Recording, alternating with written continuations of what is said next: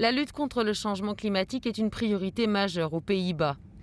L'agriculture est responsable de 40% des émissions d'azote. Des milliards pourraient être consacrés à la réduction du cheptel pour diminuer la pollution ammoniacale.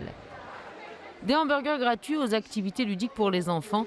Le secteur agroalimentaire fait tout ce qu'il peut pour attirer l'attention, surtout dans les villes comme ici à Utrecht. Les agriculteurs sont venus de tous les Pays-Bas aujourd'hui pour offrir aux habitants un déjeuner gratuit, mais aussi pour exprimer leurs problèmes au gouvernement néerlandais. Les gens ont peur car le gouvernement veut les priver de licences et prendre les terres aux agriculteurs. Si je parle d'un point de vue personnel, cela signifie que mon avenir est anéanti.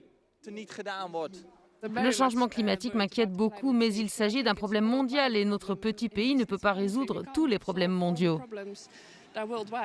Reste que ce petit pays, avec ses 100 millions de vaches, de poulets et de porcs et ses 17 millions d'habitants, possède l'une des plus grandes industries d'élevage d'Europe. Il est le premier exportateur de viande de l'UE.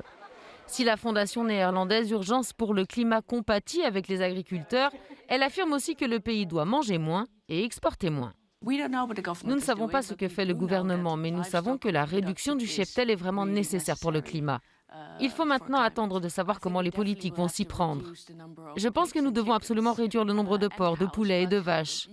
On peut avoir moins d'animaux par agriculteur et qu'ils les gardent chez eux, ou alors réduire le nombre d'agriculteurs.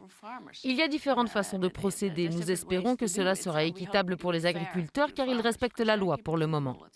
Les collègues de Hanneke sont actuellement en route pour la COP26 et ils s'y rendent à pied, de Groningen à Glasgow, avec un message clair en tête de file, ralentir le changement climatique et accélérer la transition énergétique. Nous devons rester sous la barre des 1,5 degrés. 1,5 ou 3 degrés, cela semble bien peu, mais la différence est immense pour le monde dans lequel nous vivons. Nous devons examiner la façon dont nous nous déplaçons dans les airs, sur les routes, la mer.